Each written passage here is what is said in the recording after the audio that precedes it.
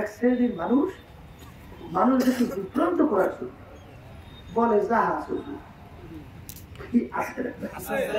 ওরে কপাল পড়া না, এই টিটকারি মানলে আজকে বাংলাদেশে নাস্তিকে গেছে বইয়া কথা ঠিক না? আজকে বাংলাদেশ শতকরা প্রায় 92 জনের মতো মুসলমান বসবাস। সেই দেশের মধ্যে আজকে শিক্ষা সিলেবাসের ভিতরে ক্লাস 1 থেকে শুরু করে এমএ ক্লাস পর্যন্ত কোথায় ইসলামিক দিনী শিক্ষা আছে? কোথায় আল্লাহ রসুল তার পরিচয় আছে? কোথায় সাহাবায়ে কেরামদের পরিচয় আছে? কোথায় আল্লাহর পরিচয় আছে? নামাজ কয় রাকাত ফরজ, কয় ওয়াক্ত ফরজ, কিভাবে ওযুর ভিতরে কয় রাকাত, কয়টা ফরজ, এগুলো কোনো জায়গায় শিখায়? কথা কন না। মানুষদেরকে শিখায় মানুষকে এমনি বানর থেকে সৃষ্টি ট্রান্সজেন্ডার কি শিখায়? ট্রান্সজেন্ডার বুঝলেন তো? একটা মেয়ে মনে করবো আমি মহিলা হয়ে গেছি, পুরুষ হয়ে গেছে, সে বলে পুরুষ হয়ে গেছে। একটা পুরুষ মনে করবো আমি মেয়ে হয়ে গেছে, সে বলে মেয়ে হয়ে গেছে। কথা বলছেন না? এখন একটা পুরুষ মনে করতেছে আমি মেয়ে হয়ে গেছি, এখন ও তো আর একটা মেয়ের কাঁধে হাত দিয়ে হাঁটবে, মনে করবে ও মেয়ে আমি অসুবিধা আসবে। একটা পুরুষ মনে করবো আমি মেয়ে হয়ে গেছি, কথা বলছে। আবার একটা মেয়ে মনে করবো আমি পুরুষ হয়ে গেছে, সে বলে পুরুষ হয়ে গেছে। এখন একটা ছেলের কাঁধের ভিতরে হাত দিয়ে হাঁটবে, এখন মনে করবে সেও মেয়ে আমিও মেয়ে, সমস্যা। অর্থাৎ অবাধ যৌনতা। এই যে বিদেশি পাশ্চাত্য দেশগুলো প্রেসিডেন্ট থেকে শুরু করে এলাকার চৌকিদার পর্যন্ত কেউ দাবি করতে পারে না সন্তানটা আমার, সব জারজে ভরা। ওই কালচার আমাদের দেশে বাস্তবায়ন করতে চায়। আর আপনারা ভালো করে জানেন, এই আল্লাহ রাসূল সাল্লাল্লাহু আলাইহি ওয়াসাল্লাম সাহাবায়ে কেরামদেরকে বয়ান করতেছে। আল্লাহ রাসূল সাল্লাল্লাহু আলাইহি ওয়াসাল্লাম বয়ানের ভিতরে বারবার বাইরে যায়, ঠিক মতো আলোচনা করতে পারতেছে। জিবরাইল আলাইহিস সালাম আসছে, আসে বলে আল্লাহ রাসূল সাল্লাল্লাহু আলাইহি ওয়াসাল্লাম ব্যাপার আপনি অন্য সময় আলোচনা করে কোনো বাধা বাধা নেই, আজকে এত বাইরে বলেন কেন? মজলিসের ভিতরে এক বুড়াকে দেখাই বলতেছে ওই বুড়ার কারণে ওই বুড়া আমাকে আলোচনা করতে দেয় না, বারবার বাধাই ফেলায়। জিবরাইল আলাইহিস সালাম বলে আল্লাহ রাসূল সাল্লাল্লাহু আলাইহি ওয়াসাল্লাম ওই বুড়াটারে চেনে? বলে না চিনি তো। বলে ওটা একটা জারজ। ওটা কি জারজ? ব্যাপার কি? এখন এই ঘোষণা হওয়ার পরে এক পর্যায়ে ও যে জারজ কেমনে বুঝবে, আর অন্যান্য যে ভবিষ্যৎবাণী করেছে সবই ঠিক হয়েছে, কিন্তু ও যে জারজ হ্যাঁ বুঝবে আপনার বাপ ঠিক নেই। এক পর্যায়ের মাকে কায়দা মতো আটকে ধরছে, বলতে হবে আমি কার জন্মে হয়েছি, মানে কেমনে হয়েছি। তখন বলতেছিল তোর বাপ এরকম গেছিল ওই হয়তো বা ব্যবসায়ী বা কোনো কারণে, তখন আমি ওই এইভাবে অবৈধভাবে মেরে বাসার মাধ্যমে তুই জন্মগ্রহণ করছি। কথাটা বুঝলেন? এই জন্য দেখবেন যে ওদের মূল টার্গেট হলো জারজের পোশাক বানানো আর সুদ ব্যক্তি ঘরে ঘরে চালু করা। কথা ঠিক, কারণ এই অবৈধরা ধর্মের কথা, দিনের কথা, ইসলামের কথা শুনতে চায় না। কথা ঠিক যাবে? ঠিক। এই জন্য আমার ভাইদেরকে বলবো পর্দালে মা বলতেছে দেয়ার যাইতেছে গরু আয়। আমি আমার বাজানদেরকে বলি আমরা মানুষ, আমাদের ভিতরে ভুল ত্রুটি থাকতে পারে না? আসতে পারে। আমরা ফেরেশতা, হ্যাঁ না আমরা নবী? এই নবীদের কাছে আল্লাহ ওহী পাঠায়, আর অন্য কোনো মানুষের কাছে ওহী আসে? হ্যাঁ। এই জন্য আল্লাহ রাসূল সাল্লাল্লাহু আলাইহি ওয়াসাল্লাম কি বলেন? কুল্লুকুম খাত্তাউ, তোমরা সবাই গুনাহগার। আমি বলছি আল্লাহ রাসূল, গুনাহগার ছাড়া কেউ আছে? তাহলে গুনাহ মানে কি? বেনিও যেটা ঠিক না, এইটা তার থেকে প্রকাশ পায়। কথা ঠিক না? ঠিক। তাইলে বেশ ভালো কথা, সবাই আমরা গুনাহগার, গুনাহগার ছাড়া কেউ নাই। তা আমাদের ভুল ত্রুটি থাকতেই পারে। এই জন্য আমরা ঘোষণা দিচ্ছি, আব্বাজান দিয়ে গেছে যে আমাদের ভিতরে কোরআনের হাদিস অনুযায়ী যদি কোনো ভুল থেকে থাকে আপনাদেরকে অনুরোধ করছি যে আল্লাহর রাস্তায় কোরআনের হাদিস অনুযায়ী আমাদেরকে ধরাইয়া দেয়। যদি ধরাই দেওয়ার পরে আমরা সংশোধন না হই, কোরআন হাদিস অনুযায়ী প্রমাণিত হয়, তাহলে মনে করতে হবে আমরা গোমরা হয়ে গেছি, আমরা কি ধ্বংস হয়ে গেছি। তখন আমাদের ব্যাপারে শুধু বলা না, মাইক লাগাই বলবেন। বলে কথা আমরাও তো এরকম বলতেছি, কথা ঠিক না? আমার বাজানদেরকে বলবো পর্দালে শুনতেছে, শোনেন, চরমোনাই একটা মিশন বাংলাদেশের ভিতরে ইসলামের পক্ষে কাজ করে, না করে না? করে না? আচ্ছা, চরমোনাইতে মানুষ যাওয়ার পরে নামাজি মানুষগুলো বেনামাজি হয়? আচ্ছা, যেই মানুষগুলো আগে ঘুষ সুদ খাইতো না, চরমোনাই যাওয়ার পরে ঘুষ সুদ খাওয়া শুরু করছে। যেই মানুষগুলো আগে সুন্নাত তরিকার উপরে চলতো, এখন চরমোনাই যাওয়ার পরে এখন সুন্নাত তরিকা ছাড়িয়ে দিচ্ছে। আচ্ছা, যেই মানুষগুলো আগে বিভিন্ন অত্যাচারে, জুলুমে, বিভিন্ন কায়দা সন্ত্রাসে চরমোনাই যাওয়ার পরে এগুলো ছাড়ছে না? উত্তরবঙ্গে গেছিলাম, সেখানে খুব এলাকার প্রভাবশালী একটা লোক এই এলাকায় আমাদের মাহফিল করতে দেবে না, বুঝলে? তাই আমাদের চরমোনাই কিছু মুজাহিদরা, যেহেতু প্রভাবশালী মানুষ, খুব জ্ঞানী গুণী, তাকে চরমোনাই নেওয়ার জন্য বহু চেষ্টা করছে, বহুদিন পর্যন্ত, কিন্তু সহজে নিতে পারে নাই। যখন বেশি জ্বালাজালি করতো, চরমোনাই মুজাহিদদেরকে বলতো যে আমার জ্বালাইস নে, যে তোরা টাকা নিয়ে তোরা ওই ভাড়া দিয়ে যা, আমার জ্বালাইস নিতে পারে না। একবার কায়দা মতো এমন কায়দা আটকেস, এইবার না যাইয়া পারেনি, গেছে চরমোনাই বলতেন আলহামদুলিল্লাহ। যাওয়ার পরে ওই মাহফিল কাছে এলাকায় জোর করিয়া তারপর পড়াইছে যে আমার আগে সে আলোচনা করতেছিল, মাইকে বলতেছিল যে আমার এই জীবনে আমি জীবনে পশ্চিম থেকে ফিরিয়ে সেজদাতেই নেই। চরমোনাই মাটিতে যাওয়ার পরে আল্লাহ রাব্বুল আলামিন আমাকে দিনের এমন বুঝ দান করছে, এখন আল্লাহর কথা আমার হুশ থাকতে আমি নামাজ ছাড়িয়া। ভালো হয়েছে না খারাপ হয়েছে? হ্যাঁ, তাহলে চরমোনাই গেলে দুষ্টু উঠু তো কেউই না। আচ্ছা, এক শ্রেণী আমার বাজানরা আছে, শুধু দোষটাই শুধুমাত্র যাই না, না যাই না, বুঝছে না বুঝছে, তাহাকে কইলে না কইলে প্রচার করে দেয়। এতে আমি ব্যক্তি রেজাল্ট করি যে কি হবে? ক্ষতি হবে দিনের মিশনের, কথা ঠিক না? তাই তুমি কি দিনের বন্ধু হইলে না ক্ষতি গেল? তোমার দায়িত্ব কিছু, দায়িত্ব ছিল আমাদের ভিতরে ভুল হইলে সেটা আলোচনা করা, আলোচনা করে আমাদেরকে সহায় দেওয়া। আমরা যদি কোরআন হাদিস অনুযায়ী প্রমাণ করতে না পারি, তখন আপনারা ঘোষণা করে যা মনে হয় তা করেন, কিন্তু না করা পর্যন্ত আমাদেরকে মুশরিক বানান কতক্ষণ, এই পীর মুরিদি শিরক করেন কতক্ষণ। আল্লাহ রাব্বুল আলামিন যে বলেন আকুনু মা সাদিকিন, তোমরা সাদিকিন বলতে সঙ্গী হও।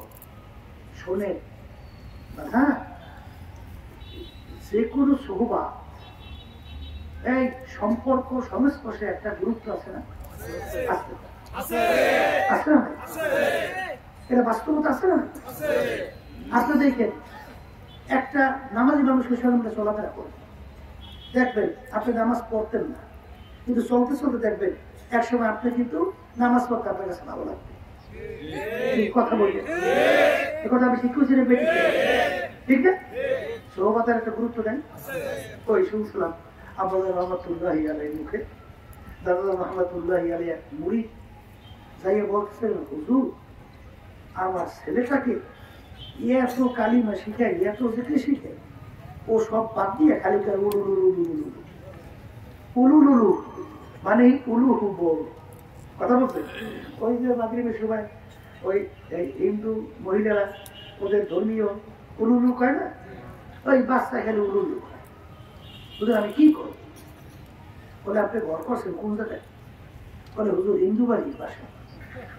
বলে হিন্দু বাড়ির পাশে করছেন, আপনার বাচ্চা তো এই উলুলুলু শোনে, সে তো আর জেকের শোনেন, আগানে শব্দ শোনে থাকে, যার কারণে ওই বাচ্চা তো উলুলুই করবে। আপনি ওখান থেকে ঘর সরাইয়া, যেখান থেকে আল্লাহর জেকের শোনা যায়, সেখান থেকে আজান শোনা যায়, এই যেখানে আল্লাহর ওলিদের সোহবাত পাওয়া যায়, সেখানে নিয়ে ঘর করে। সে ওখান থেকে ঘরে নিয়ে ওই ওই জায়গায় ঘর বানানোর পরে, কারণ কিছুদিন পরেই ওই বাচ্চা এখন জিকির করে, লা ইলাহা ইল্লাল্লাহ, লা ইলাহা ইল্লাল্লাহ, লা ইলাহা ইল্লাল্লাহ,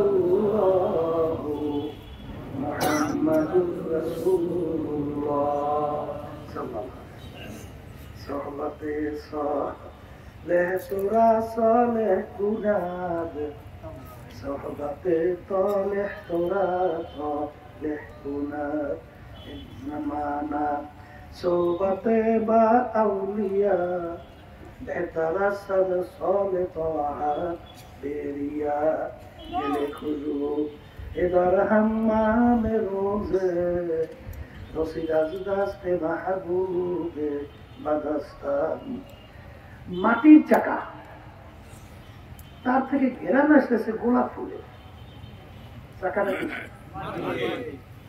জিজ্ঞাসা করে, এ মাটির চাকা, তুই কি কোনো গোলাপ ফুল, না কোনো আম্বা, না কি সুগন্ধি, তোর থেকে এত সুন্দর সুখ দেন, পরিচয় দিত।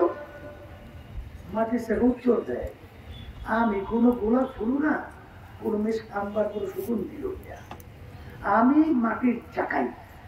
তার তোর থেকে এত সুন্দর ঘেরানো সেখানে বলে, আমি যেই জায়গায় ছিলাম একটা গোলাপ ফুল ফুইটে আমার সঙ্গে লাগিয়ে দিয়েছি। ওই গোলাপ ফুলের ঘেরান আমার ভিতরে ঢুকতে ঢুকতে এখন আমি সাধারণ মাটির চাকা দেয়, এখন আমি গোলাপ ফুলে পরিণত। কি বলে পরিণত হয়েছি? হ্যাঁ, তাহলে একটা মাটির চাকা গোলাপ ফুলের সংস্পর্শে থাকায় যদি তার থেকে গোলাপ ফুলের ঘেরান আসে, একটা মানুষ যদি নামাজি মানুষের সঙ্গে জড়াই থাকে, সে লোকটা নামাজি হতে পারে না? হ্যাঁ, সত্যবাদীর সঙ্গে যদি একটা লোক জড়াই থাকে, সত্যবাদী হইতে পারে না? একটা জাকিরের সঙ্গে যদি একটা মানুষ জড়াই থাকে, জাকির হইতে পারে না? আর এটা কি আমার হুকুম না আল্লাহর হুকুম? হ্যাঁ, অনেক আল্লাহর বান্দারা এইটা কিন্তু বুঝবার জিনিস, এগুলো যদি এত বোঝাবার জিনিস। হামজা রাদিয়াল্লাহু তাআলার নাম শুনছে, তারা পুরো কুইয়া ওলা করছে রাস্তা দিয়ে। এই ওমর রাদিয়াল্লাহু তাআলা দেখে হামজালা তাড়াহুড়ো করিয়েছে, আয় কি ভাই হামজালা, ব্যাপারকে তাড়াহুড়ো করে কোথায় যাও? তাহলে আল্লাহ রাসূল সাল্লাল্লাহু আলাইহি ওয়াসাল্লামের দরবারে। কেন? কারণ আমি হামজালা তো মুনাফিক হয়ে গেছি। কিরে ভাই, তুমি মুনাফিক হইলে কিভাবে? বলে, আমি যখন আল্লাহ রাসূল সাল্লাল্লাহু আলাইহি ওয়াসাল্লামের সুহবতে থাকি, তার সংস্পর্শে থাকি, তার মজলিসে থাকি, তখন আমার ভিতরে যে তেলের অবস্থান থাকে, কিন্তু যখন আমি বাড়িতে রাস্তাঘাটে বাজারে যাই, তখন আমার তেলের এই অবস্থান আর থাকে না। আল্লাহ রসুলের কাছে থাকলে এক অবস্থা, বাহিরে গেলে আরেক অবস্থা। এইটা মুনাফিক চরিত্র না? এই জন্য আমি শিখেছি মুনাফিক হয়েছি। আল্লাহ রসুলের কাছে বলার জন্য শিখেছি। ওমর রাদিয়াল্লাহু তাআলা বলেন যে, ভাই হামজা না, এতে যদি তুমি মুনাফিক হও, তাহলে আমিও মুনাফিক হই, আমার একই অবস্থা। চলো তো আমরা একত্র চাই। দুজন গেছে, আল্লাহ রাসূল সাল্লাল্লাহু আলাইহি ওয়াসাল্লাম মিসকি মিসকি দেখি হাসতে আছে। হামজা ওমর হাসতো কেন?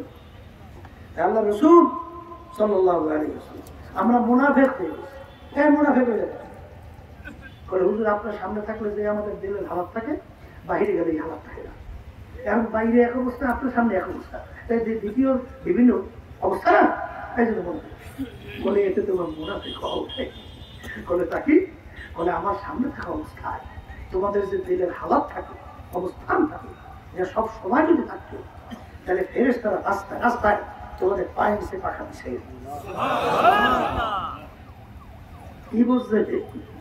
তাহলে সোহবতের গুরুত্ব নাই না? নাই? শোনেন, রুমি রহমতুল্লাহ আল্লামা জালালউদ্দিন রুমি বিশ্ববিখ্যাত আলেম ছিল। তার অসংখ্য কিতাব লেখা, বুঝলেন নাই? তিনি বলতেছেন, খোদ বা খোদ মাওলানা রুমি না শোধ, তা গোলামে শামসুদ্দিন না শোধ। আমি রুমি ততক্ষণ পর্যন্ত রুমি হতে পারি নাই, যতক্ষণ শামসুদ্দিন সাগরেদ হইতে পারি না। তাহলে কি সোহবতের গুণ আছে না নাই? আছে না নাই? এই যে আমার বাজানদেরকে পর্দালে মা বোন যারা শুনতেছে, শোনেন, বর্তমানে বাংলাদেশের ভিতরে ইসলাম মুসলমানদের কিন্তু দুদিন দেখতেছে। এই অবস্থা শুনে যারা নাকি বিভিন্ন সমালোচনা করে, আলী রাদিয়াল্লাহু তাআলা আনহু তার সব দুই সন্তান হাসান হুসাইন রাদিয়াল্লাহু তাআলা আনহুমা তাদেরকে বলতেছেন, বাবা হাসান হুসাইন, নিজের দোষ তালাশ করো, সংশোধন করো, এরপর দেখবা করতে না করতে আর একটা দোষ চলে আসবে, আবার এটা সংশোধন না করতে আর একটা আসবে। এরকম সংশোধন করতে করতে এক পর্যায়ে দেখবে তোমার নিজের দোষ সংশোধন করে শেষ করতে পারো নাই, অন্যের দোষ দেখো করো। অন্যের দোষ দেখা কোন সমস্যায়। এক শ্রেণী আমার বাজানদেরকে বলবো, যারা চরমনের ব্যাপারে বিভিন্ন সমালোচনা করে, এরা সব হলে দুধের দেওয়া আসতে পারে। এদের ব্যাপারে তো কোনো সমালোচনা বা কোনো দোষ তৈরি নাই, তো সব সরঞ্জাম না, দুধ যে নাই একে পরিপাটি পাকা পোক্ত নাকি? হ্যাঁ, আল্লাহর বান্দারা, পর্দারে মা বললাম, তোমার কবরে তুমি যাবা, আমার কবরে আমি যাব। তোমার কবরে প্রশ্নের উত্তর তুমি দিবা, আমার কবরের প্রশ্নের উত্তর আমি দিব। যদি কবরে যাই কেউ বলো আমি চরমনের মুভি, তাইলে তো হয়ে গেছে যথেষ্ট, আর কিছু তো লাগবে না। যদি চরমনের মুড়ি পরিচয় দেন কোনো কাজ হবে না, খবরে কোনো কাজ নেই। তাই যদি যাইয়া বলেন যে আমি ফুলফুলের মুড়ি, জয়নপুর, রাজারবাদ দেওয়ার পর আটশো শিশব্দের পরে বাইশবেন সুরেশ্বর, এই তাহলে আমি দিন ফিরলো, তাহলে আমি জামাত ইসলামের লোক, তাহলে আমি আওয়ামী লীগের লোক। এই যে কইলে কবর একটা ধারা কাছা ওইকে পার, এইটা করলে কবর একটা ঘুষে ঘুষে চলবে না, ও হ্যাঁ চলবে না। ও কবর কোনো দলাফলি নেই, টাকার গরম ক্ষমতার গরম নাই। কবরে পুরুষ কয়, এক নম্বর মান, দ্বিতীয় নম্বর অমা দিনুকা, তিন নম্বর অমান নাবিনুকা। এই তিন প্রশ্নের মধ্যে কোথায় কি পাইছে তুমি সর্বনাই কিনে আসতে করে? তুমি আটশো শিশুরের সদাচার করতে হবার জামাত ইসলাম বিএনপি অমুক তমুক সমুক পাইছে? তুমি কোন বংশে পাইছে? হ্যাঁ, খবরে যাচ্ছে আমার মালিকের কাছে কোন বংশের পরিচয়, কে সুন্দর কে কালো পরিচয়, কে বীর কে মুড়ি এই পরিচয় আছে? কে মেম্বার, কে চেয়ারম্যান, কে এমপি, কে মিনিস্টার, কে প্রেসিডেন্ট, কে প্রধানমন্ত্রী, কে অমুক তমুক সমুক, কে অফিসার, এই পরিচয় আছে? যদি থাকতোই আল্লাহ রাসূল সাল্লাল্লাহু আলাইহি ওয়াসাল্লাম তার চেয়ে বড় পীর ওলি গাউস কুতুব দুনিয়া থেকে আসেও নেই, আসবেও না। আসছে? আসবে কোনদিন? আল্লাহ রাসূল সাল্লাল্লাহু আলাইহি ওয়াসাল্লাম দুনিয়া থাকা অবস্থায় তার কলিজার টুকরা সন্তান ফাতেমা রাদিয়াল্লাহু তাআলা আনহা তাকে ইঙ্গিত করে বলছিলেন, ইয়া ফাতেমা তুনকিজি নাফসাকি মিনান নার, হে ফাতেমা, দুনিয়া থাকা অবস্থায় নিজে আমল করো, জাহান্নামের আগুন থেকে বাঁচো, এরপরে অন্ধকার কবরে যাইয়া শো। ও ফাতেমা, কবরে যদি এই পরিচয় দাও আমি আখিরি জামানার নবীর মেয়ে। আল্লাহ রাসূল সাল্লাল্লাহু আলাইহি ওয়াসাল্লাম বলেন, ফাতেমা রে, এই পরিচয় কবরে কোনো কাজ হবে না।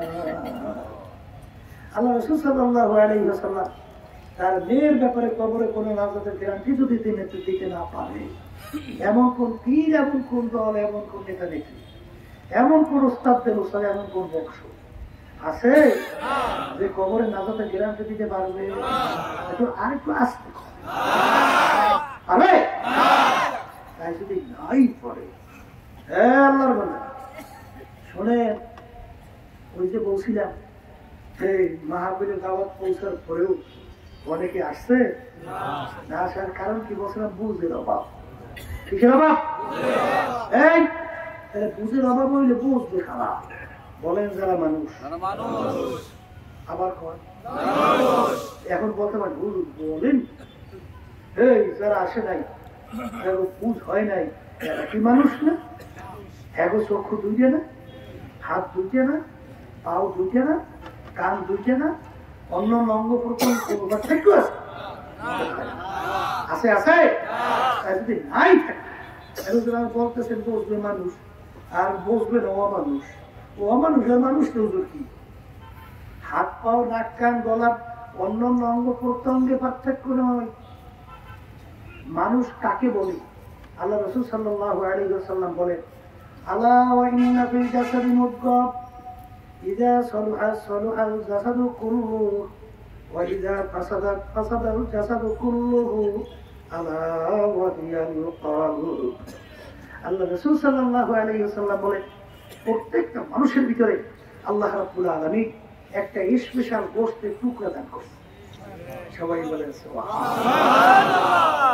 একটা মানুষ না সব মানুষ? আল্লাহ রাসূল সাল্লাল্লাহু আলাইহি ওয়াসাল্লাম বলেন, ওই গোশতের টুকরাটা যার ভালো হয়ে যায়, এক পর্যায়ে ওই মানুষটা ফেরেশতার চেয়েও সম্মানিত হয়ে যায়। আর ওই গোশতের টুকরা খারাপ হইতে হইতে এক পর্যায়ে আল্লাহ রাসূল সাল্লাল্লাহু আলাইহি ওয়াসাল্লাম বলেন, ওই মানুষটা কুত্তা শিয়াল শুয়ারের চেয়েও খারাপ হয়ে যায়। ওই গোশতের টুকরার নাম হলো কলব। বলেন আবার কম, এক কথায় মুখস্থ করেন। বলেন, যারা কলব ভালো সে ভালো মানুষ, যারা কলব খারাপ ওইটাও অমানুষ। ওটা কি কথা ঠিক? এখন অনেকে যদি কলবই অস্বীকার করে, কথা কথা আছে না নাই? আচ্ছা, আল্লাহ রাব্বুল আলামিন কোরআনুল কারীমের ভিতরে কি বলছে? ইল্লা মান আতাল্লাহা বিকলবিন সালিম। এই আয়াতের অর্থ কি করবেন? করে আল্লাহ রাব্বুল আলামিন বলে যে সুস্থ পরিচ্ছন্ন কলব ছাড়া আমার পবিত্র জায়গা বেহেশতের ভিতরে জায়গা হবে না। কি কলব লাগবে? আবার কোন? পরিষ্কার পরিচ্ছন্ন রোগা রোগ মুক্ত কলবের জায়গা জান্নাতে। এছাড়া জান্নাতে যাওয়া যাইবে না। কথা ঠিক? আচ্ছা, গেল। আল্লাহ রাব্বুল আলামিন কোরআন কারীমে এক সূরা সূরা শামস এর 9টা পছন্দ করছে। হ্যাঁ, قد أفلح من زكاها وقد خاب من دساها। আল্লাহ রাব্বুল আলামিন বলতেছেন, যারা এই কলবকে আত্মাকে শুদ্ধি করতে পারবে তারাই নাজাত পাইয়া জান্নাতে যেয়ে কামিয়াব হয়ে যাবে। আর যাদের আত্মা নষ্ট হয়ে গেছে ওরা ধ্বংস হয়ে জাহান্নামে চলে যাবে। কথা ঠিক? আচ্ছা, আল্লাহ রাব্বুল আলামিন তার রাসূলকে দুনিয়াতে পাঠাইছে, কারণ আছে? আসতে করে কারণ কারণ নাই। আল্লাহ রাব্বুল আলামিন বলেন, আমার রাসূলকে আমি দুনিয়ায় পাঠাইছি কে? ইয়াতলু আলাইহিম আয়াতিহি ওয়া ইউযাক্কিহিম ওয়া ইউআল্লিমুহুমুল কিতাবা ওয়াল হিকমা। আমার রাসূলকে আমি দুনিয়াতে পাঠাইছি কয়েকটা কাজ দিয়ে। এর ভিতরে একটা কাজ হলো আমার রাসূল তার উম্মতদের আত্মশুদ্ধি করাই দেয়। বিশুদ্ধি করে আবার কেউ মুখ খুলে করে। তাইলে শোনেন, এই যে মানুষের সম্মান, মানুষের মর্যাদা আল্লাহ রাব্বুল আলামিনের কাছে বংশের উপরে ভিত্তি করে না, চেহারার উপরে ভিত্তি করে না, এই লকব বা উপাধির উপর ভিত্তি করে না, কোনো সম্পদের উপর ভিত্তি করে না, কোনো ক্ষমতার উপর ভিত্তি করে না। তার সম্মান পারে কমে ওই আত্মার উপরে ভিত্তি করিয়া। বাস্তবতা আছে? আবার আছে না? বিলাল হাবশী রাদিয়াল্লাহু তাআলা নাম শুনছেন? শুনছেন না? এই বিলাল হাবশী রাদিয়াল্লাহু তাআলার বংশ ছিল কি? হাবশ বংশ। হাবশ বংশ কি? এই বংশের ভিতরে একেবারে নিচু। যারা সৌদি আরবে আছেন হজের সময় দেখছেন না কালো মানুষ? দেখেন তো? আরে কেমন কালো কালো কোনো রকত আছে? আচ্ছা, তাহলে সেই হাবশ বংশের লোক, অর্থাৎ চেহারা কালো। ওদিকে গোলামের ছেলে গোলাম, তার বাপেও ছিল গোলাম, তিনিও কি? আচ্ছা, শিক্ষার দিক থেকে একেবারে বকালাম, কিচ্ছু জানতো না। এরপরে এই জবানটা ছিল তোতলা, পয়সার দিক থেকে একেবারে নিচ্ছ, 1 পয়সারও মালিক নেই। বাবা বললাম সেও বললাম পয়সা পাই। আচ্ছা এই লোকটার দুনিয়ার গুণের দিক থেকে কি মূল্য আছে? একটু আসতে কর। চেহারা তো একটা মানুষের সমাজের ভিতরে একটা গ্রহণযোগ্যতা ব্যাপার স্যাপার আছে না? নাই চেহারা। আচ্ছা জবানও তোতলা, আর এক দেখায় দেন শিক্ষা, তাও বলে বকাল, কিছু জানতো না। পয়সার দিক থেকে নিচ্ছ, পয়সার মালিক ওদের গোলামের ছেলে। দুনিয়া কোন গুণ আছে? কিন্তু আল্লাহ আল্লাহ রসুলের কাছে তার আমাদের মুখ তো খুঁজে খুঁজে এই সম্মান আছে, আর একটু আসতে সম্মান আছে। কোন দিক থেকে? চেহারার দিক থেকে, বংশের দিক থেকে, শিক্ষার দিক থেকে, ক্ষমতার দিক থেকে, সম্পদের দিক থেকে, কোন গুণের কারণে এত সম্মান? ইন্না আকরামাকুম ইনদাল্লাহি আতকাকুম। আল্লাহ রাব্বুল আলামিন বলেন আমার কাছে সম্মানিত ওই আমার বান্দা বান্দি যার অন্তরের ভিতরে কলমের ভিতরে আমার ভয় পয়দা হয়েছে। যার ভিতরে যত বেশি ভয় পয়দা হবে সে আল্লাহর কাছে বেশি সম্মানিত। কথা ঠিক না ভাই?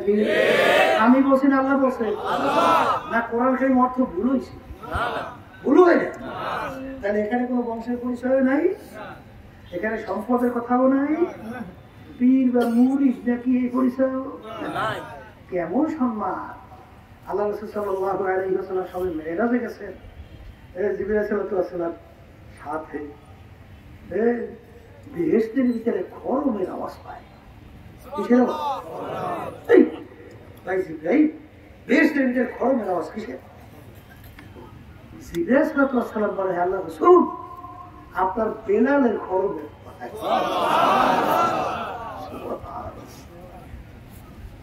আল্লাহ রাসূল সাল্লাল্লাহু আলাইহি ওয়াসাল্লামের আগে কেউ বেহেশতে ঢুকতে পারবে? আল্লাহ রাসূল সাল্লাল্লাহু আলাইহি ওয়াসাল্লাম সেই বাহনের উপরে থাইকা বেহেশতে ঢুকবেন, সেই বাহনের রশি কার হাত? আবার কয়, আবার কি কয়? আচ্ছা এই বেলাল রাদিয়াল্লাহু তাআলা কে? ওমর ফারুক রাদিয়াল্লাহু তাআলা অর্ধেক দুনিয়ার রাজত্ব করছিলেন। তিনি যখন বেলাল রাদিয়াল্লাহু তাআলা মজলিসের ভিতরে ঢুকতেন তখন তার সম্মান দেখাবার জন্য ওমর রাদিয়াল্লাহু তাআলা অর্ধেক দুনিয়ার রাজা, তিনি বলতেছেন সাইয়্যিদানা বেলাল, আমাদের সর্দার বেলাল আসছে। কিসের উপরে সম্মান? আসতে কয়েছে কিসের উপরে?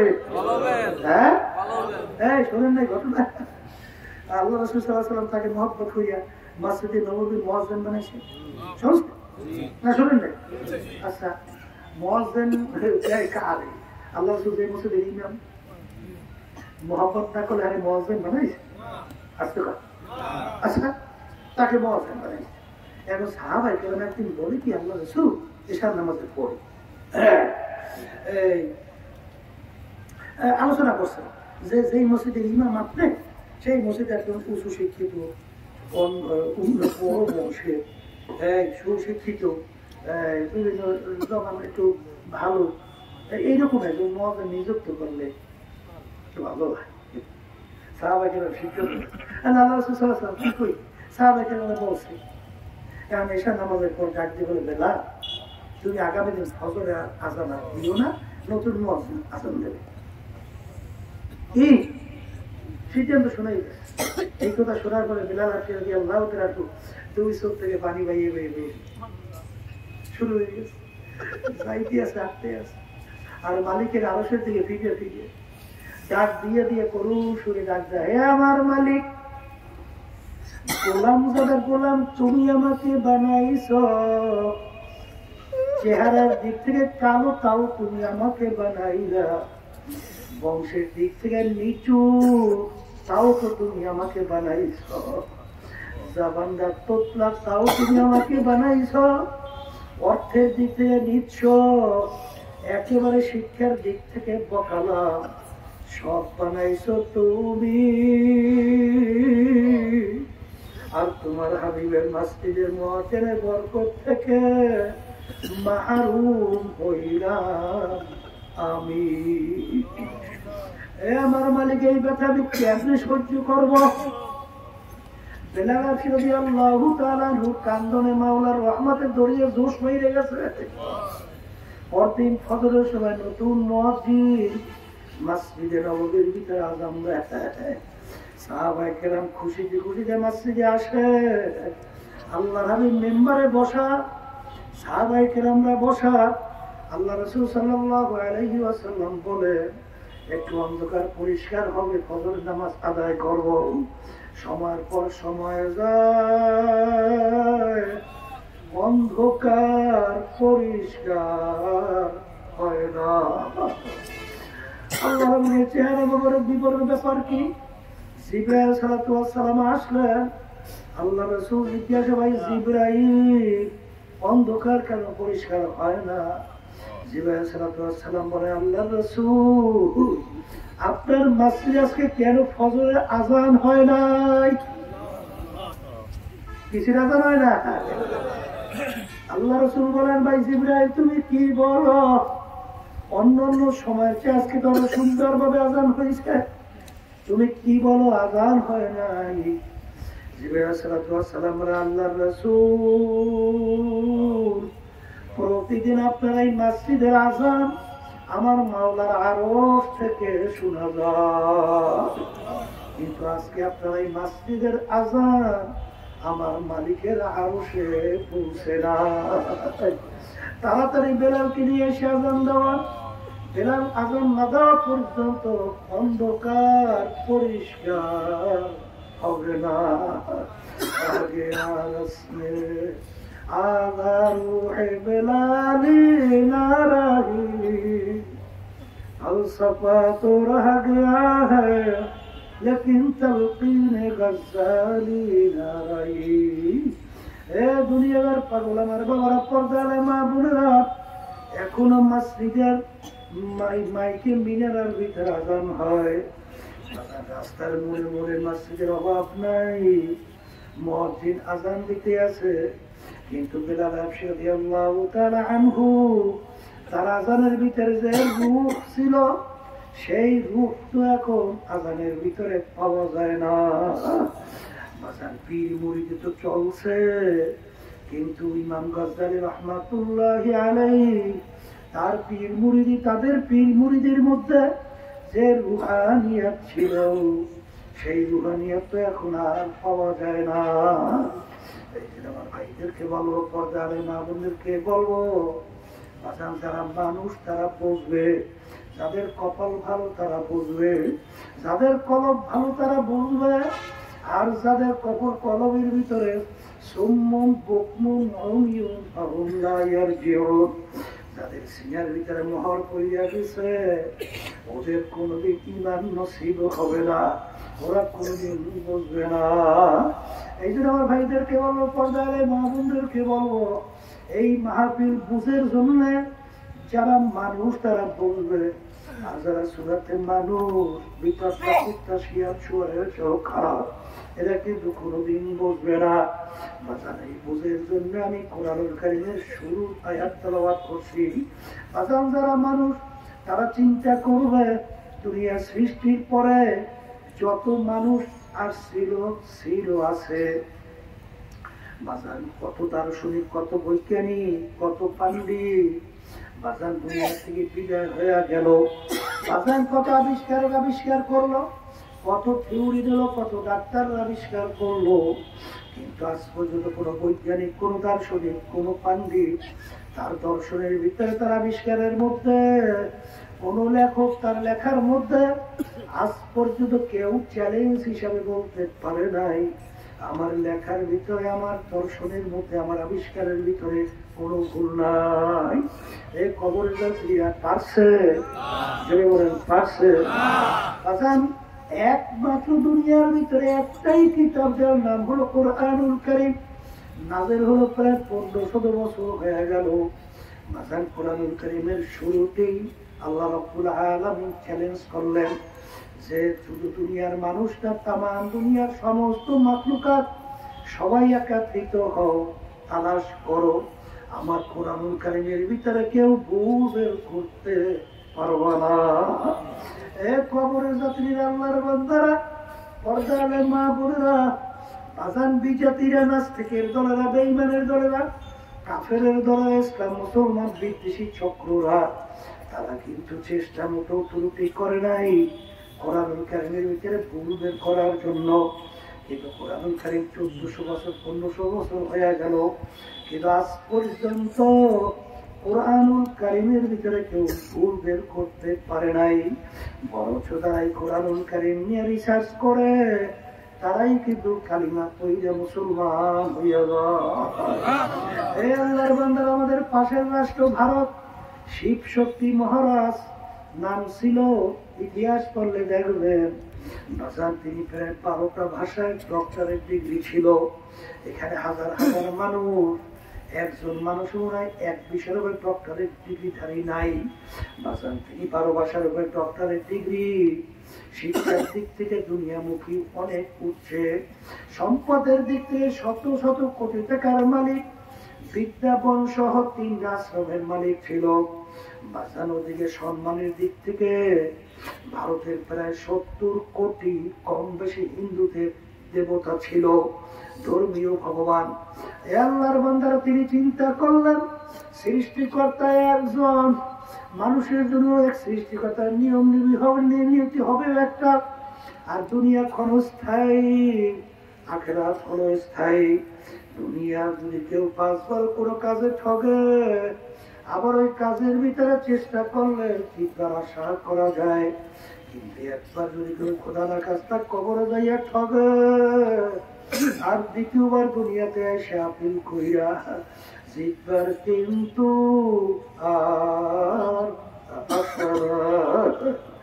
এই চিন্তা করে তিনি চিন্তা করলেন আসলে সৃষ্টিকর্তার নিয়ম কোনটা আমার তালাশ করে বের করা লাগবে। তিনি তামাম দুনিয়ার মধ্যে সৃষ্টিকর্তার 104 কিতাব, আসমানি কিতাবের সংখ্যা প্রায় 104 কিতাব। এর ভিতরে উল্লেখযোগ্য 4 কিতাব কোরআনুল কারীম, তাওরাত, ইনজিল, জাবুর, ওদের ধর্মীয় গ্রন্থ মহাভারত সহ, খ্রিস্টানদের বাইবেল সহ, ইনজিল, জাবুর সহ সব নিয়ে রিসার্চ করলো। কারণ তিনি তো 12 ভাষার উপরে ডক্টরেট ডিগ্রি। তিনি কোরআনুল কারীম নিয়ে রিসার্চ করলেন। এক পর্যায়ে তিনি দেখলেন দুনিয়ার ভিতরে একমাত্র সৃষ্টিকর্তার কিতাব, তার নাম হলো আল কোরআন, ধর্মের নাম হলো ইসলাম। তখন তার কাছে এটা প্রমাণিত হয়ে গেল, তার মুসলমান হওয়ার সিদ্ধান্ত হয়ে গেল। কিন্তু তার মুসলমান হওয়া কি এত সহজ? যে কোনো মুহূর্তে তার ফুলের বুকে ঢুকবে, এটাই স্বাভাবিক। অর্থাৎ জানের ভয়, সম্পদ থাকবে না, সব বাজেয়াপ্ত হবে, এটাই স্বাভাবিক। বাজার সম্মান থাকবে না, এমনকি স্ত্রী, আত্মীয় স্বজন, সন্তানও থাকবে না। জানের ভয়, সম্পদ যায়, সম্মান যায়। কিন্তু বাংলাদেশে এক শ্রেণী আমার বাবারা, পর্দার আড়ালের মা বোনেরা, আজকে সম্পদের জন্য, সম্মানের জন্য, চাকরির জন্য, দলের জন্য, দলের নেতা নেত্রীর জন্য আল্লাহ এবং আল্লাহ রসুলের হুকুমের বিরুদ্ধাচরণ কইরা বিভিন্ন হারামের ভিতরে লিপ্ত হয়, কি হয় না? আল্লাহ রাব্বুল আলামিন বলে, আহাল্লাল্লাহুল বাইআ ওয়া হারামার রিবা, আমি ঘুষকে, সুদকে হারাম ঘোষণা করলাম, আর ব্যবসাকে আমি হালাল ঘোষণা করলাম। এক শ্রেণী আমার বাজানরা ইমানদার দাবি করে, মুসলমান দাবি করে, মুসলমান দাবি কইরা ঘুষ খায়, সুদ খায়। আল্লাহ রাসূল সাল্লাল্লাহু আলাইহি ওয়াসাল্লাম বলেন, সেই হারাম মালের দ্বারা রক্ত এবং গোশত তৈরি হবে, তার জায়গা জাহান্নাম ছাড়া হবে না। তুমি নামাজ পড়তে পড়তে কপালে দাগ পরাতে পারো, তুমি তাহাজ্জুদের নামাজ পড়তে পারো, তুমি তাসবিহ নিয়ে 24 ঘন্টা মাওলার জিকির করতে পারো, কিন্তু সেই রক্ত এবং গোশত হারাম মালের দ্বারা তৈরি হবে। আল্লাহ রাসূল সাল্লাল্লাহু আলাইহি ওয়াসাল্লাম বলে, তার জায়গা জাহান্নাম ছাড়া হবে না। এক শ্রেণী আমার বাজানরা কি বুঝে আল্লাহ ভালো জানে, হারে হারাম খাইয়া, ঘুষ খাইয়া, সুদ খাইয়া, ক্ষমতা সম্পন্ন দলের সঙ্গে জড়াইয়া, টেন্ডারবাজি, চাঁদাবাজি, সম্পদ লুট কইরা, বড় সম্পদের মালিক হইয়া, বিভিন্ন বাড়ি গাড়ি কইরা পুরা বসে হজ করতে যায়। বাজান অনেক সময় মনে করে, হাদিসের ভিতরে আসছে, হজ করার পরে তার যদি হজ কবুল হয়, মাসুম বাচ্চা হইয়া যায়, সে চিন্তা করছে জীবনে তো বহুত অপরাধ করছি, তাইলে একটু হজ করে মাসুম বাচ্চা হইয়া যায়। বাজান তোমার সম্পূর্ণ ভুল ভুল। কারণ সেই সম্পদ তুমি ঘুষ, সুদ এবং ক্ষমতার জোরে চাঁদাবাজি, টেন্ডারবাজি, সরকারি মাল লুটপাট কইরা সম্পদ গুছাইছ, ওই পরিমাণ সম্পদ ওই ফান্ডে জমা না দেওয়া পর্যন্ত তুমি 10 বার হজ করতে পারো, কপালে দাগ পড়তে পারে। এটা আল্লাহ রাসূল বলে তার জায়গা জাহান্নাম ছাড়া হবে না। আমার বাজানদেরকে বলো, পর্দারে বাবুনদেরকে বলবো, আজকে বর্তমানে এক শ্রেণী বাজানরা দল করে, দলের নেতা নেত্রী পিছনে পড়ছে। বাজার অনেক সময় দেখা যায় দলের নেতা নেত্রী ইসলামের বিরুদ্ধে, কোরআনের বিরুদ্ধে, বাজার হাদিসের বিরুদ্ধে, আল্লাহ রাসূলের দেখানো পথের বিরুদ্ধে সিদ্ধান্ত দেওয়ার পরও সেইটাই সে মাইনা নেয়। এই আল্লাহর বান্দারা ভালো করে জাইনা রাখো, আল্লাহ রাব্বুল আলামিন কোরআনুল কারীমের ভিতরে বলেন, ইয়াউমা নাদউ কুল্লা উনাসিন বিইমামিহিম, কিয়ামতের ময়দানে আমার মালিক প্রত্যেকটা মানুষকে তার দলের নেতা নেত্রীর সঙ্গে ডাকবে। যাইকে আমার মালিক বলবেন, তো দলের নেতা নেত্রী যেদিকে যায় ওদের পিছনে পিছনে সেই দিকে চলে যা। এক কথা, তোমার নেতা নেত্রী যেখানে জায়গা তোমারও সেইখানে জায়গা। আমি বলছি না আল্লাহ, আল্লাহ রাসূল বলেন, মান তাশাব্বাহা বিকওমিন ফাহুয়া মিনহুম। দুনিয়ার ভিতর তুমি যেই দলভুক্ত হইয়া চলবা, যেই দলের নেতা নেত্রী নেতা নেত্রী মানবা, আল্লাহ রাসূল সাল্লাল্লাহু আলাইহি ওয়াসাল্লাম বলেন, কিয়ামতের ময়দানে তুমি ওই দলভুক্ত হইয়া উঠবা এবং ওই দলের নেতা নেত্রীর সঙ্গে তোমার হাসর হবে। এ কবরের যাত্রী, আল্লাহর বান্দারা, পর্দার মা বোনেরা, বাজান ভালো করে বুঝো, কোরআন ও হাদিসের বাইরে বেহেশতের কোনো রাস্তা নাই রে বাজার। আইসেন ওলামায়ে কেরাম হক্কানি দেখবা অনেক সময় আলোচনা করার পরে বলেন, ওয়ামা আলাইনা ইল্লাল বালাগ, আমাদের দায়িত্ব তোমাদের কাছে পৌঁছানো, মানো বা না মানো এটা বুঝবা আমার মাওলার সঙ্গে। এই জন্য আমার ভাইদেরকে বলবো, পর্দারে মা বোনদেরকে বলবো, ওই শিব শক্তি মহারাজ তিনি চিন্তা করলেন দুনিয়ার এই শান শওকত, সম্পদ, ক্ষমতা, সম্মান কয়দিন এত দেখতে না দেখতে শেষ হয়ে গেল।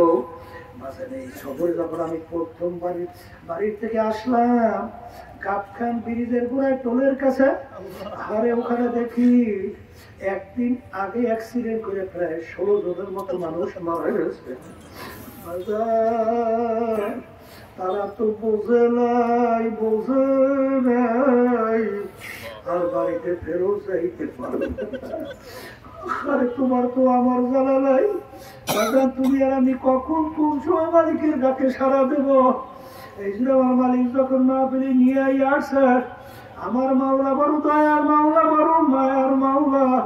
যদি আমার মালিকের কাছে গুনার পাহাড় পরিমাণ বোঝা নিয়ে হাত উঠে ডাক দিয়ে বলো, মালিক নাফরমান তোমার দরবারে হাজির, বলতে দেরি, আমার মালিক তোমাকে আমাকে মাফ করতে দেরি। ভাইদেরকে বলো, পর্দারে মা বোনদেরকে বলবো, শিব শক্তি মহারাজ তিনি আল্লাহু আকবার পরবর্তী যে কালিমা পড়ে মুসলমান হইয়া গেল। আজান পরে আমরা ছিল ডক্টর ইসলামুল হক এরশাদ সাহেব যখন প্রেসিডেন্ট ছিল, বাংলাদেশে আসছিল, বিভিন্ন জেলায় জেলায় ঘুরিয়া ঘুরিয়া দিনে দাওয়াত দিয়া হায়াত শেষ হয়ে গেল মালয়েশিয়ায় বৈশা। বাজার আল্লাহ তার দরজা বেহেশতে বলন্দ করে দেও। এই যে আমার ভাইদেরকে বলবো, পর্দারে মা বোনদেরকে বলবো, বাজার আজকে একটু গরম পড়ছে, দেখো শিক্ষা প্রতিষ্ঠান বন্ধ করে দিছে। আর এই যে সূর্য আমরা দেখতেছি, বৈজ্ঞানিকেরা আবিষ্কার করার পরে বলছেন এই সূর্য দুনিয়া থেকে 9,30,00,000 মাইল দূরে অবস্থান করতেছে। 9,30,00,000 মাইল দূরে এই সূর্য অবস্থান করতেছে। সূর্যের যেদিকে তাপ বেশি উপরের দিকে, যেদিকে তাপ কম নিচের দিকে। 9,30,00,000 মাইল দূর থেকে এই গরমের দিনে দুপুরের সময় যখন এই সূর্য তাপ দেওয়া শুরু করে, সূর্যের তাপে তোমার আবার কলিজা শুকিয়ে যায়, কত মানুষ মারা যায়। ওই সময় যদি টিনের চালে কাউকে 1 ঘন্টা বাইরে রাখা হয়, 1 ঘন্টা পরে মনে হয় জ্যান্ত তালাশ করে পাওয়া যাবে না। কিন্তু এ কবরের যাত্রী, আল্লাহ রাসূল সাল্লাল্লাহু আলাইহি ওয়াসাল্লাম বলছেন, কিয়ামতের ময়দানে আমার মালিক এই সূর্য 1 হাত বা 1.5 হাত মাথার উপর আমার মাওলা উপর করে ছাইরা দেবে। আজল কিয়ামতের ময়দানে কাজ নাই, ঘর নাই, বাড়ি নাই, পানি নাই, আগুন না কোনো জায়গা নাই। আজল কিয়ামতের ময়দানটা হবে তামার জমিন। সূর্যের তাপে তামার জমিনটা পুজো লাল চামড়ার মতো হইয়া যাবে। আগুন যাও কোনো জায়গা নাই। আরে সূর্যের তাপে নাফরমানদের তালুটা টাস টাস করে ফাইটা যাবে। চুলার ভিতরে পাতিলে পানি দিয়ে আগুন দিয়ে জাল দিলে ভাজের খুব টকবক করে উঠাইয়া পাইয়া পাইয়া পড়তে থাকে। এরকম নাফরমানদের তালুটা ফাইটা মগজ গুলা ভাতের মতো টকবক করে উঠাইয়া পড়তে থাকবে। লা ইয়ামুতু ফিহা ওয়ালা ইয়াহইয়া। বাজার দুনিয়াতে মানুষ কষ্ট সহ্য করতে না পারলে মানুষ মারা যায়, কিন্তু আল্লাহ বলতেছেন মউত তালাশ করে আর কোনদিন পাওয়া যাবে না। এই জন্য আমার ভাইদেরকে বলো, পর্দারে মা বোনদেরকে বলবো, আজান কোরআনুল কারীম এখন আমাদের মাঝে আছে না নাই? আল্লাহর বান্দারা আছে না নাই? চ্যালেঞ্জের আয়াত এখন আছে না নাই? আজান এখানে তো আপনারা যারা আছেন, শুধু তাই না, তাম দুনিয়ার সমস্ত মানুষ, সমস্ত মাখলুকাত একত্রিত হইয়া, সবাই একত্রিত হইয়া পারলে কোরআনুল কারীমের মধ্যে একটা ভুল বের করে দেখাও। আজান যদি দেখাইতে পারো, আমি আর নামাজ পড়বো না, রোজা রাখবো না, আর সুন্নাত তরিকায় চলবো না, হারাম হালাল তরিকা ছেড়ে খাবো চলবো না। কিন্তু বাজান চিন্তা ভাবনা কইরা দেখছি কোরআনুল কারীম কিন্তু সত্য।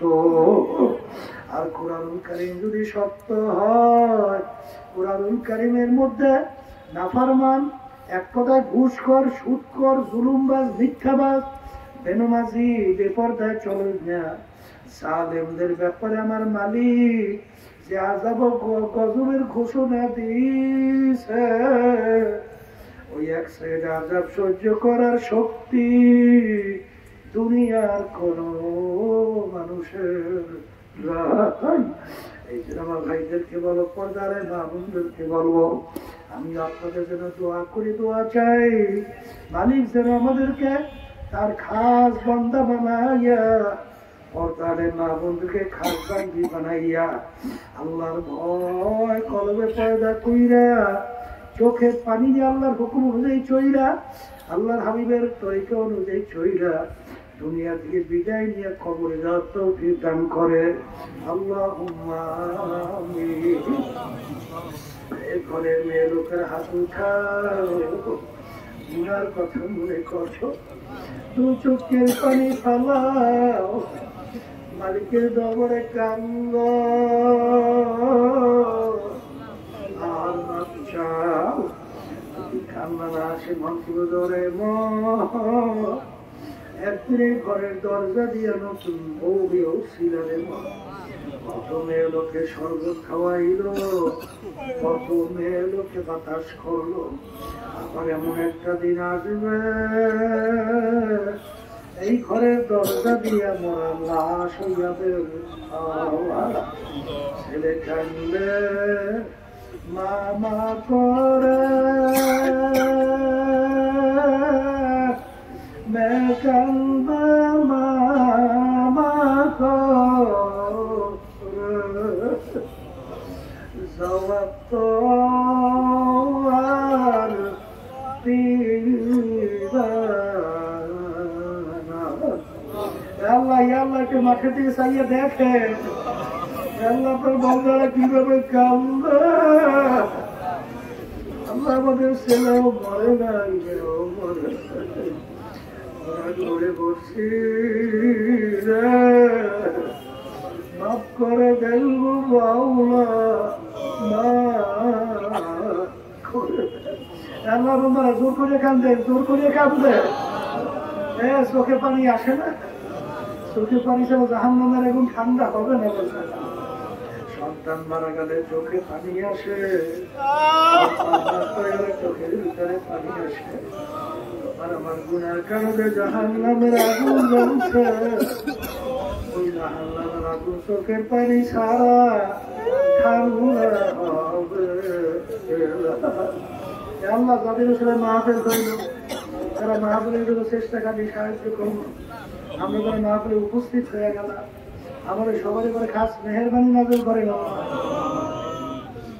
আল্লাহ আমাদের হাত তুলছি জানি না এই উপস্থিতে কার আম্মা, কার আব্বা, কার আত্মীয় সবাই অন্ধকার কবরে শুয়ে আমাদের দিকে চাইয়ে রয়েছে। আমার মালিক আমরা দোয়া করলাম, তাদের কবরকে বেহেশতের বাগান। আল্লাহ বিশেষ করে ফিলিস্তিনের মুসলমানদেরকে হেফাজত করে। আল্লাহ ফিলিস্তিনের মুসলমানদের বিজয় দান করে। ইসরায়েল জালেমরা এবং তারা সহযোগিতা করতে ওদের নসিব হেদায়েত দেয়। আল্লাহ আপনাদেরকে ধ্বংস করে। আল্লাহ অনেকে নিয়ে করে হাত করছে কি জানি না, সবাই দিলেন মকসদ আমাদের পুরো করে।